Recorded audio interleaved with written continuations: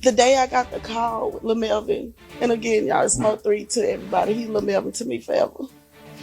The way, when I got the call, I was just gonna call him to tell him, okay, I'm ready to go get my hair done, because I knew he was coming back to town.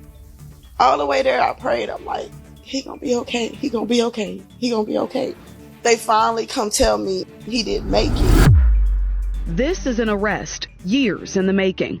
Rapper Marquise Conway, known as Yella Beezy, charged with capital murder in connection to the shooting death of Melvin Noble, a rival artist who went by Mo3.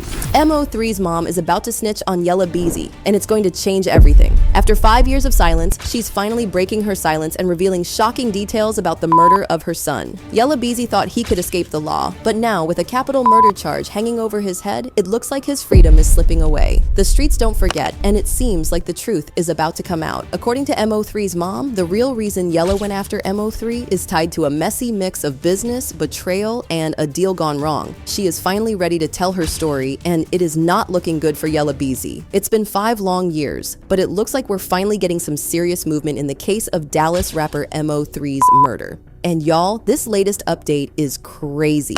Just a couple of days ago, police arrested rapper Yella Beezy for allegedly being connected to MO3's murder. Now, if you've been following this case, you know there's been a lot of speculation, but this time, it's different. New evidence just came to light, and it's reportedly linking Yella to putting a hit out on MO3 back in 2020, and it changes everything we thought we knew about this case. Not only was he arrested, but he was also charged with capital murder in connection to the death of MO3. And let me tell you, this is huge. His bail bond was set at $2 million, proving just how serious the case is.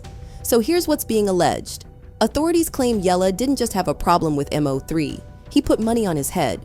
Reports say he allegedly orchestrated the whole thing, paying a hitman to take MO3 out in 2020. The deal was simple: finish the job, and Yella would make sure the money was handled. Now, when news of Yella's arrest hit the internet, fans were shook. Nobody saw this coming, especially after so much time had passed. A lot of people assumed MO3's death was just another tragic street incident, another case that would never really be solved. But clearly, law enforcement never stopped digging and investigating the crime. This is an arrest, years in the making.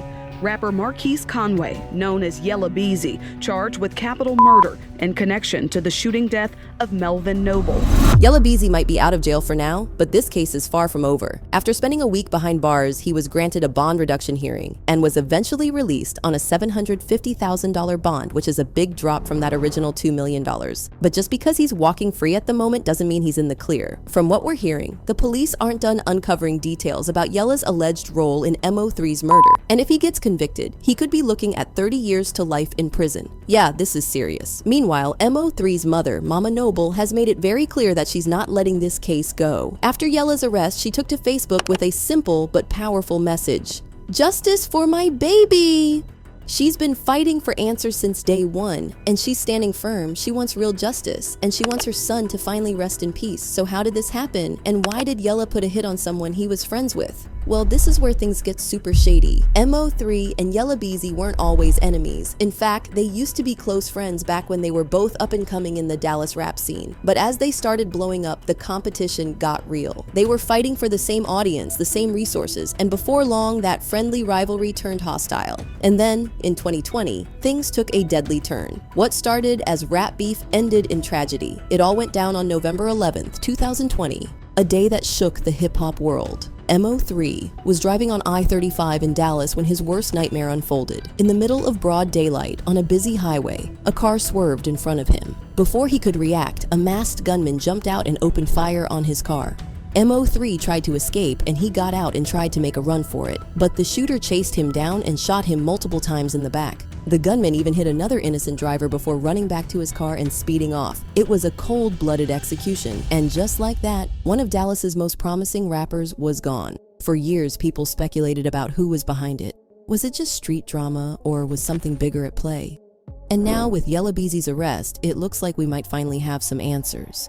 After the shooting, both MO3 and the innocent bystander were rushed to the hospital. The bystander survived, but tragically, MO3 didn't make it. Then, about a month later, the case took a major turn. A man named Kewan Dontrell White was arrested, not for MO3's murder at first, but on gun charges. But as police kept digging, they realized he was actually the hitman who pulled the trigger that day on I-35. Kewan was later sentenced to 9 years in prison on the gun charges and is still sitting behind bars waiting for his murder trial.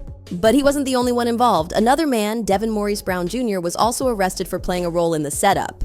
Now, here's where things get interesting. From the moment Kewan was arrested, people started talking. The streets were buzzing with rumors that Yella Beezy wasn't just a bystander in this situation. He might have been the mastermind. And now, years later, with his recent arrest, it looks like those whispers might have been the truth all along. After MO3's murder, Yella Beezy acted like he didn't know a thing. No signs of guilt, no laying low, nothing. He kept making music, doing shows, and moving like his name would never be tied to the tragedy. It's almost like he was sure nothing would ever connect him to what went down. And when the rumors started swirling, he shut that down real quick. At one point, when asked about the claims that he had something to do with MO3's death, Yella dismissed it entirely. In an interview, which, by the way, has since been taken down, he straight up refused to address the accusations, saying he didn't want to legitimize the nonsense. In the interview, he said, "Certain ish needs to be addressed, certain ish don't. Stop attaching me to all that ish because it ain't got nothing to do with me." Yella didn't just deny the accusations. He doubled down even when people started digging up receipts. When folks discovered pictures of him and Kewan Dontrell White, the hitman accused of killing MO3, he still acted like it was all just a coincidence. And if that wasn't bad enough, at the start of the next year, Yella made a bold post talking about how he was putting all his haters in the dirt.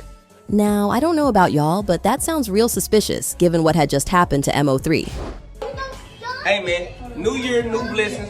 You understand me? We made it through a hell of a year. You understand? Anybody that ain't for you, anybody that's going against you, anybody that's goddamn negative, you understand me, ain't bringing no positive eye. You know, in the words of Gucci, put that ass in the dirt, nigga. Damn! For sure, you did. And we go take a toast to that. At this point, people were side-eyeing him heavily, but Yella kept moving like he was untouchable. But clearly, the police weren't buying it. And now with his arrest, it looks like all those rumors may have been right all along. But with his arrest and the new evidence coming to light, it's looking like those claims might not have been nonsense after all. So, was Yella really this confident, or did he just think he was untouchable? And more importantly, what exactly did the police find that finally led to his arrest? Well, in the weeks after MO3's passing, Yella Beezy really thought he was in the clear, and it was like he was convinced he'd never have another run-in with the law. But the universe had other plans. Just a few months after MO3 was killed, Yella got caught slipping when an undercover cop busted him with 5 illegal firearms. Now somehow he managed to skate by without much trouble that time. But this time, it's not looking good for him at all. And let's be real, this wasn't just a one-on-one beef between Yella and MO3. It spilled into the entire Dallas rap scene. The tension got so bad that people around them were forced to pick sides, and unfortunately, some of them got caught in the crossfire, literally. One of those people was Roy Lee, a Dallas comedian known for roasting local rappers.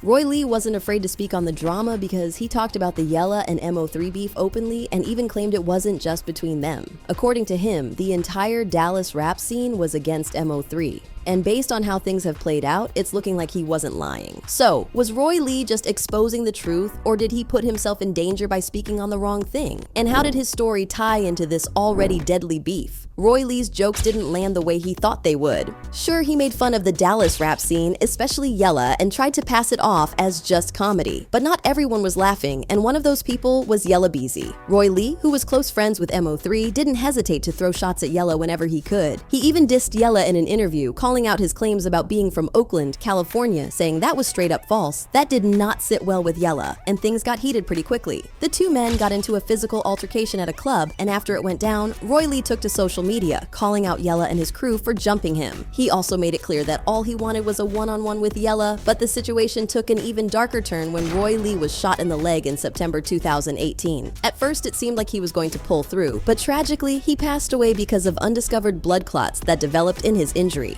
The timing of it all was suspicious, and MO3 took it hard. While no one was outright accusing Yella, the streets were definitely whispering. People started looking at the whole situation and wondering if there was something more to Roy Lee's death than met the eye. And the timing? It seemed too convenient.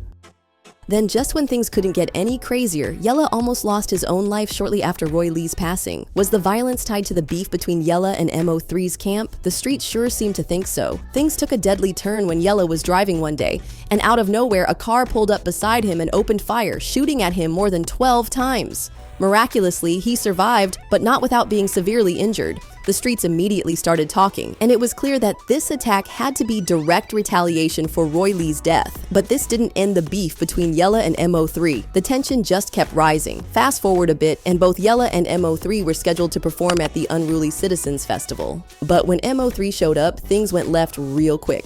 The police wouldn't let him in because Yella had told them he had beef with MO3 and didn't feel safe around him. When Yella was asked about this whole situation, he took a crazy turn. He denied even knowing who MO3 was. He went as far as saying he knew all the hot rappers in Dallas, but he had never heard of anyone named MO3.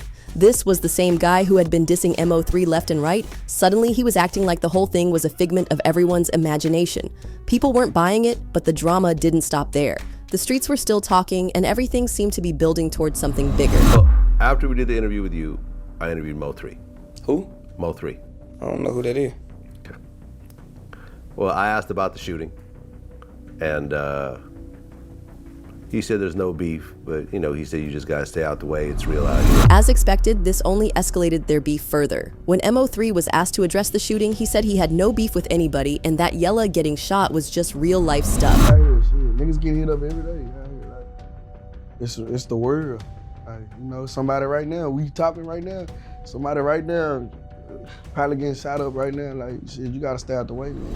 At this point, it was no longer just a back and forth, it was full-on war. MO3 went all in and dropped a diss track called Let Me Find Out, calling out Yella by name. It was clear that the beef had reached another level, and the streets knew it was about to get uglier. And sure enough, it wasn't long before MO3's manager, Brandy Rainwater, got caught up in the chaos. He was jumped and brutally beaten while standing outside a strip club. Word on the street was that Yella and his people were the ones who chased him down and left him seriously injured. Brandy ended up with a dislocated hip and, understandably, filed a lawsuit against Yella for $1 million in damages. But before things could escalate even further, everything came to a tragic end. In broad daylight in 2020, MO3 was shot and killed while on the highway, and the entire situation just felt like it was the inevitable conclusion to a battle that had escalated too far, even though there was nothing to tie Yella Beezy to the murder at first. Fast forward 5 years later, and it looks like justice might finally be on the horizon for MO3, and the real mastermind behind it all could finally face the consequences of his actions. But before we get ahead of ourselves, there's a wild twist to the story that might explain why Yella went as far as ordering the hit on MO3.